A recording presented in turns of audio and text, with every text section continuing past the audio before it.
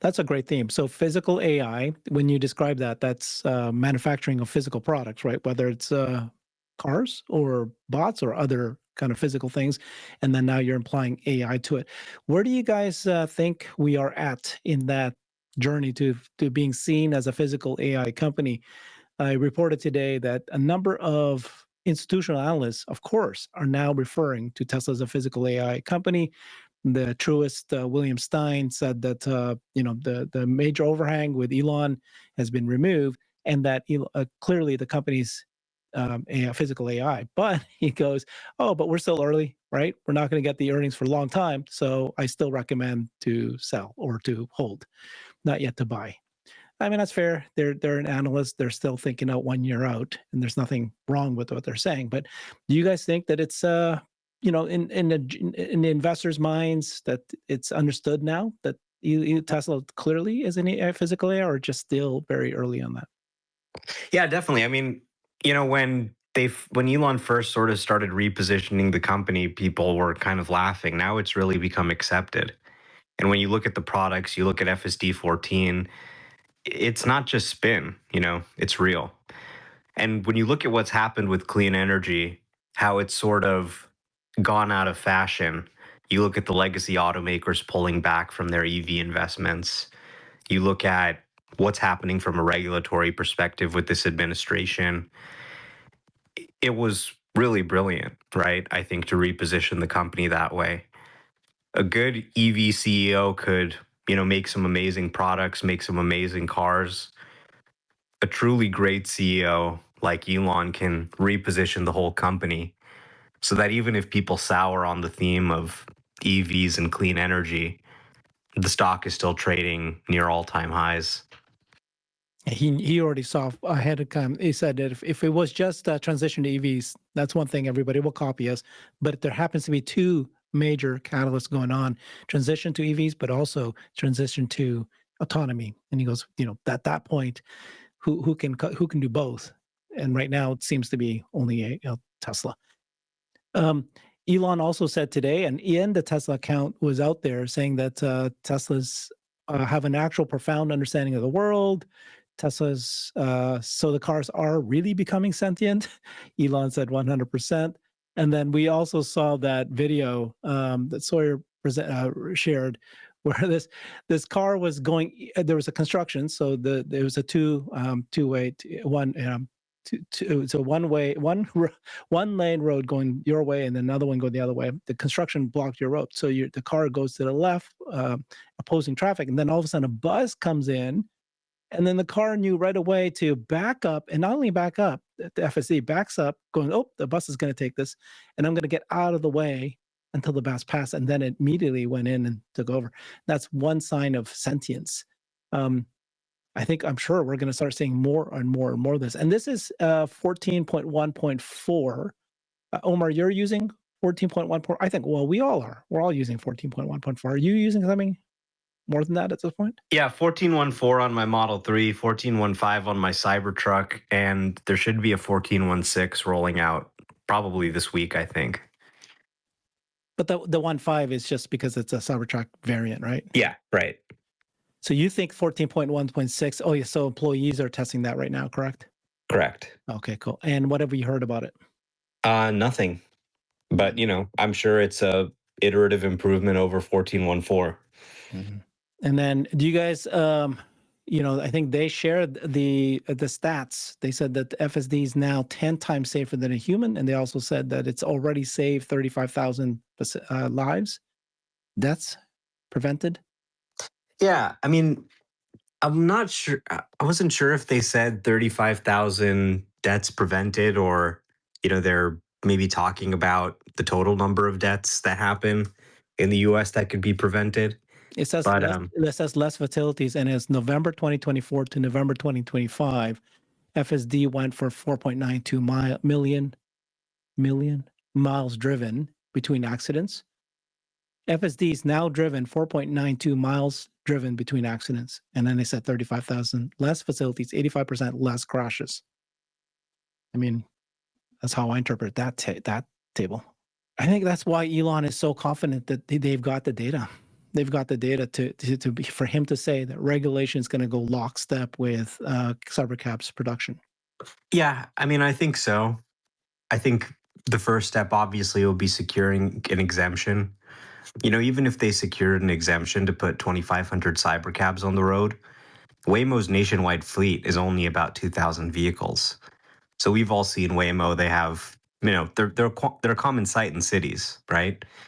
So you could put more cybercabs on the road without physical controls, using an exemption, without any legislative change, right now, using existing law. And if you can actually get a legislative change passed that makes it easier, updates the federal motor vehicle safety standards, then I'm sure you could put more as production ramps up. But yeah, they have the Model Y, which they have no limit on putting onto the robotaxi network. Augmenting it with Cybercab, even without a change in law, they're going to be able to build a bigger fleet with a bigger service area than what Waymo has. So yeah, the regulation timing is always a little bit uncertain, but I think they have what they need right now to get more cybercabs on the road than Waymo's entire fleet. Okay. And then, Jeff, I asked you on Monday about the new rental program. Or whoever wants to answer the question, is that rental program just a small little test bed, or is it hinting for something bigger? I mean, we don't know, but we know at Tesla, they typically build this capability out and they test it in various markets. And if it's successful, it's typically something that is used or leveraged for something much bigger. So, I mean, what other auto company has the kind of service network and charging network and everything that you would want for something like this? And that's why I started the call with that third sales channel being created. I think people are confused. How are they going to go from 1.7 million units to 2.6 or 2.7? They're going to create new sales channels. They're going to create and new products at different price points. That's how it's going to happen. So we'll see where it goes. But this is Tesla starting to leverage their other assets that they have been that they've self-created and have been ramping in the background for more than a decade. The charging infrastructure, all the different service and vehicle location. They're still adding them, by the way, all over the place. People think that there's an issue with why are they adding all these different delivery centers and service centers? There's a reason for that. So we'll see. We'll see what it turns into, but I'm sure they're just testing it out now and to understand its effectiveness. Right. So those service centers are going to act as the robotaxi kind of hub to support the robotaxi rollout. But yeah, this rental program started this week, and it's being offered just in San Diego right now. But it's $60 a day. Anybody can go and rent a Tesla for up to 7 days, and includes FSD, includes all charging. I think it's unlimited charging. It's expensive, $60 a day. I mean, $60 a day is not expensive compared to renting a car, but it's not something you're going to do a full month maybe. But that's they're testing out this model of renting a car. That's fantastic, and I think that that's a sign that there's going to be a new model of maybe testing it out to see what monthly fee, all-in monthly fee could look like, and how do you actually service that? How do you process that, the back end, right? Alexandra, Xander, or Omar? Yeah, go ahead, Jeff. No, just agreeing. I think it's a trial for something potentially bigger, and to me, it kind of revolves around that third sales channel beyond build to order and build to inventory. Now you'd have build to fleet. It could be fleet rentals. It could be fleet leasing. It could be fleet sales. Elon mentioned during the meeting that they have this amazing product with FSD.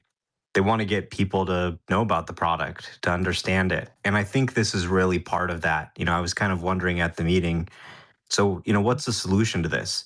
He mentioned that there are people who actually bought FSD on their cars and haven't even turned it on and tried it yet. That is an amazing statistic. So I think you're seeing them do some things. They're trying some things from a marketing perspective. They've actually run some ads featuring the Start FSD button in Australia. I think that's interesting and maybe something they could expand worldwide if it works in that market. We've also seen them offer these try FSD rides where a Tesla employee will actually come drive to your house with the car with FSD and take you on a ride. And I think this rental is also kind of an extension of that where, they have such a phenomenal road trip experience, especially with FSD 14 and Mad Max mode. My road trip from California to Texas, it was just unbelievable what this software is doing. It absolutely is just head and shoulders above any road trip you've ever done, given that, you don't really need to drive. So I think making it available for those types of purposes, the price includes supercharging and things like that. It's probably a better model than the free 48-hour demo drives they were doing, where people would go book a 48-hour demo drive just to move, someone's couch with a Cybertruck or something and give it back kind of messy. I mean, there have been so many times where I've been visiting a new city and I've said, well, I would love to have a car with FSD here, but it's often difficult to get one, right? I can go to one of the rental car companies and they're going to give me a car that's totally trashed. It's certainly not going to have FSD. At this point, you might be lucky if it has basic autopilot, if they're giving you one of the standard models. Or maybe you get a car from Turo and it's kind of unclear whether it has FSD. Maybe you have to ask the owner of the car to subscribe.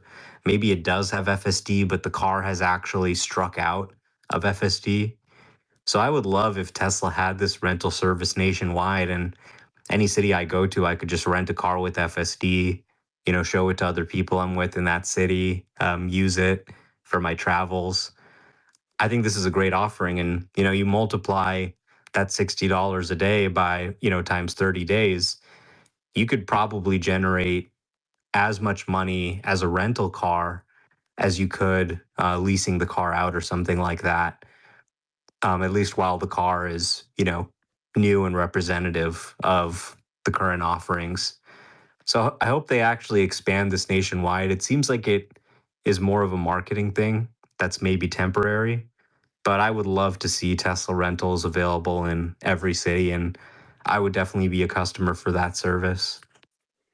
Is it so? Did I hear correctly? I was so busy during the live stream of the actual shareholder meeting. Did he say that next year's car sales could be like 50% more than this year's? And if he did, do you guys assume that that is because of cybercaps, or do you guys think more likely it's because he thinks that FSD is going to be so good at that point that it's going to boost sales? I didn't hear that, Herbert, so I can't comment. I didn't hear that he said 50% more. You didn't hear that? I think I heard people agree with that. Isn't that what Jeff said, where it's 1.7 to 2.4? Yeah. I mean, I think that's what I heard. But, the whole point, right? It's like, imagine what happens next year with FSD's getting so good, right? It's already so good now. What happens next year? I don't know what else they need to do, but people need to understand that this is part of the sales. I think the stat that came out just now was that Tesla Model 3s and Model Ys in the US is the top number one and top number two EV sales. And then the world's number one and number two best-selling EVs for September. And Elon, said Tesla. So that shows you that right now they're winning in EVs in that space. There was there was a softness in October, but I think China, but I think that's because of exports. That's my understanding. But regardless, next year with FSD being so good, will that not be a driver? I mean, I would say it should, but honestly, it hasn't yet. Right. I don't think we've really seen FSD be a driver of sales. I mean, you look at the guy who took delivery of his Tesla autonomously in Austin. He just bought it because his dad loved having an EV. And he said, oh, let me get one for myself too. He didn't even buy or subscribe to FSD until his car delivered itself autonomously. Then he said, oh, this thing can actually drive itself. Mm-hmm. So, I mean, you see it. You see existing users say, I can't live without this.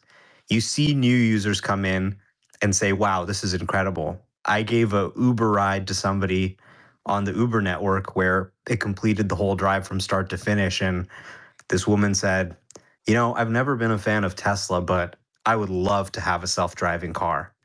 So you're absolutely seeing the seeds of it. You're seeing the traction pick up, the usage, the number of miles picked up per day. If you just check the earnings releases, it's starting to trend up very strongly. So I think we're starting to see the seeds of this consumer demand, but it's not really material quite yet. And once we see that happen in the United States, where FSD is really cited as one of the top reasons for purchase, then that's going to be very interesting because, of course, most of the world doesn't have FSD. As they scale it across the world, expanding it more in China and Europe and other markets, you're probably going to see similar trends play out around the world. But as far as they've come, we're still at the very early stages of self-driving actually being, a significant demand driver, I think. I mean, I think we heard Elon's. Sorry, was somebody speaking? Go ahead, Herbert. I was going to add something, but go ahead. Okay, I think we heard Elon's thinking on this, right? He's said that he thinks that the time when people will wake up that FSD is really important and a real value prop is not when it's supervised, but it's when unsupervised. When they can tell you can text. And he's repeated this a few times. If you can tell somebody you can text, then that's when people will go, my God, this thing is valuable. I will pay for it. And then the word would get out how incredible this car is.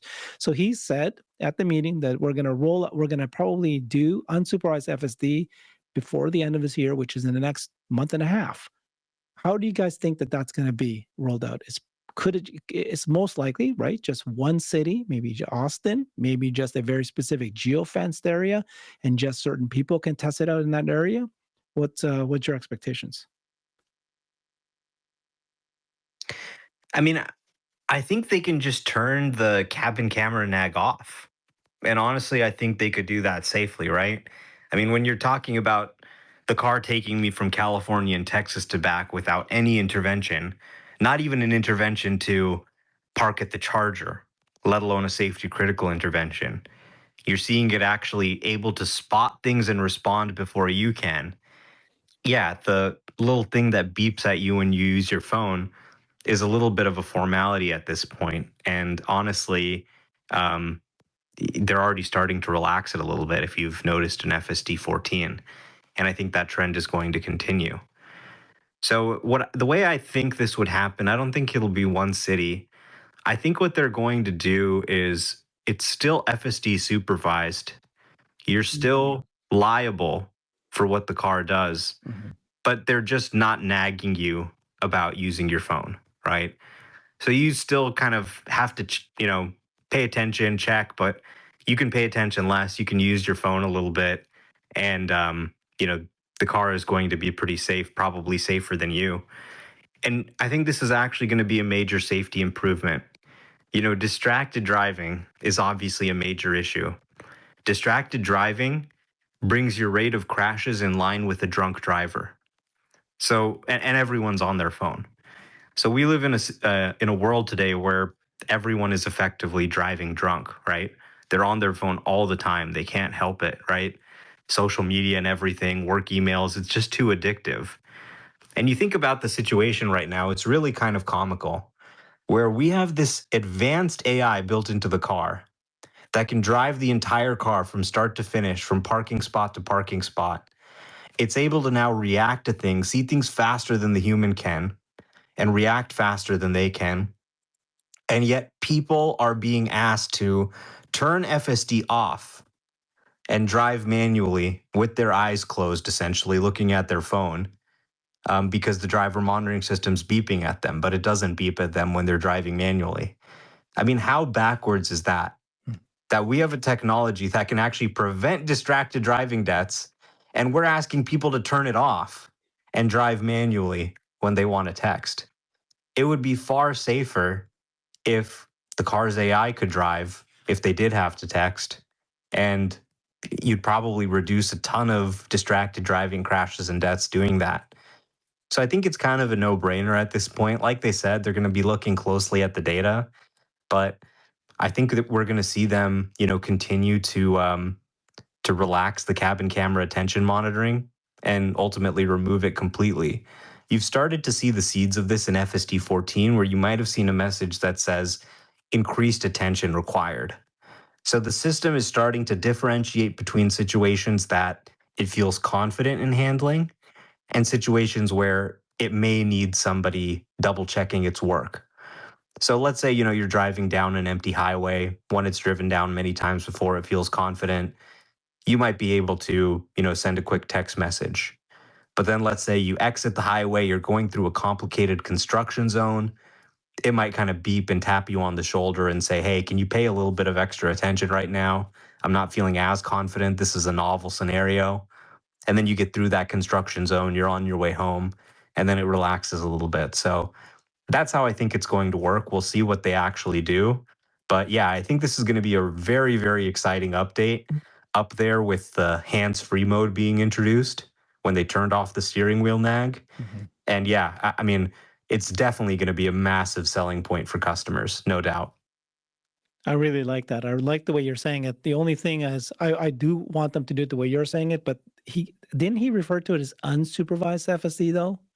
That's the only thing. If they call it supervised FSD and then they say you can go ahead and text, but if something happens, we're going to beep really loud, send an alarm, you got to take over immediately. That I can see working really, really well. But he called it unsupervised. Yeah, I mean, we'll see what exactly they do. I mean, unsupervised to me is kind of like, hey, we're going to take liability for anything that happens. And maybe the software is good enough that they can take liability for anything that happens. But I think just immediately you can kind of say, look, do what you think makes sense. We're not going to police you on your phone use, because that policing Yeah. is actually leading to a backward situation where people are turning the system off so they can text instead of using the system that could prevent a crash while they're texting, right? And I think that's actually going to be an improvement in safety. I think it's actually going to reduce crashes, and hopefully regulators view it the same way. Yeah. Great. Xander, you were going to ask a question? No, I was going to add something, Mhm. but I was going to say I think it's going to require proliferation of FSD. So different cities with cyber cabs or robotaxis until the greater public knows about it. Like we're in this bubble, but neighbors don't know that cars can drive themselves. Most, a large percentage of people on the planet have no idea that cars drive themselves. So I think it's going to be butts and seats, and then once unsupervised is available, it's just going to spread like wildfire because, like Elon says, and Omar was just saying, who doesn't text and who doesn't take their eyes off the road? And we experience it where sometimes I forget I'm driving. It's just like you sit there holding the wheel without FSD, and you're just you have those moments where you realize that you're on autopilot. And now we sit there and we're still paying attention, but your attention goes elsewhere. I mean, yeah, Tesla has all the data. They know exactly people using FSD and what the actual critical disengagements and so forth. So they know if it's safe or not safe to do whatever model they want to roll out. Are you guys still thinking that Tesla's still on track when Elon said that he thinks that robotaxi will roll out to 10 to 20 cities or whatever number he gave? It seems like it's now middle November. We haven't heard a new city added yet. Yeah, I think they I don't know. actually did mention some of the cities at the meeting. Yes. I think they mentioned Phoenix, Miami. I forgot what some of the other ones are, but yeah, timelines are hard to predict in terms of when they might receive approval from that city or state as necessary. But I think FSD 14 really unlocks them expanding much more rapidly with the robotaxi service, and that's going to be really important.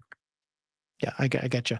Like roll out FSD 14, get that tested and everything, and then all of a sudden they're going to just go crazy. Yeah, like you said, if they announced it on the meeting, that's more real because it's an actual friggin' meeting, annual shareholder meeting. So not just Elon talking, right? Yeah. Good. Okay. Thank you, guys. We'll resume this next week. Appreciate you, Omar, Xander, Alexander, and Jeff. Thanks, everybody. We'll see you then. Thank you, Herbert. See you soon. Bye-bye. Bye-bye.